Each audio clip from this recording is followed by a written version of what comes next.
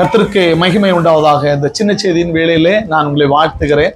அருமையானவர்களே, இந்த நாள் நான் யாத்திரை புரியும் நேரத்துல அநேக திருச்சபைகள் என்னுடைய கண்களுக்கு முன்பாக அழகாக தென்பட்டது. அதை பார்க்கும்போது அருமையானவர்களே, நான் திங்கள் சந்தை, எரணியல், தக்கலை அந்த ஏரியால எல்லாம் தாண்டி மெதுவாக யாத்திரை புரியும் போது அநேக கர்த்தருடைய நாமம் உயர்த்தப்பட்டதை, வேத வசனங்களால் பொறிக்கப்பட்ட காரியங்களை நான் பார்த்தேன். சங்கீதம் 72:19 அவருடைய மகிமை பொருந்திய நாமத்துக்கு என்றென்றைக்கும் ஸ்தோத்திரம் உண்டாவதாக, பூமி முழுவதும் அவருடைய மகிமையால் நிறைந்திருப்பதாக. ஆமேன், ஆமேன்.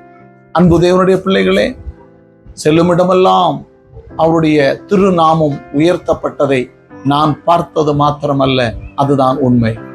இன்னும் அவருடைய நாமம் உயர்த்தப்பட வேண்டும்.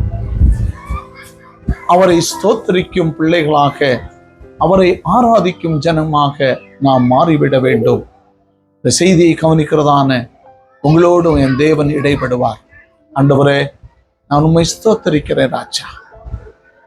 ஸ்தோத்தரித்து உம்முடைய வார்த்தைகளுக்கு ஆமென்றும் ஆமேன் என்றும் என்னை ஒப்புக் கொடுக்கிறேன். அப்படி ஒப்புக் கொடுப்பது கர்த்தர் உங்களை உயர்த்தி ஆசீர்வதிப்பாராக. ஆமென்.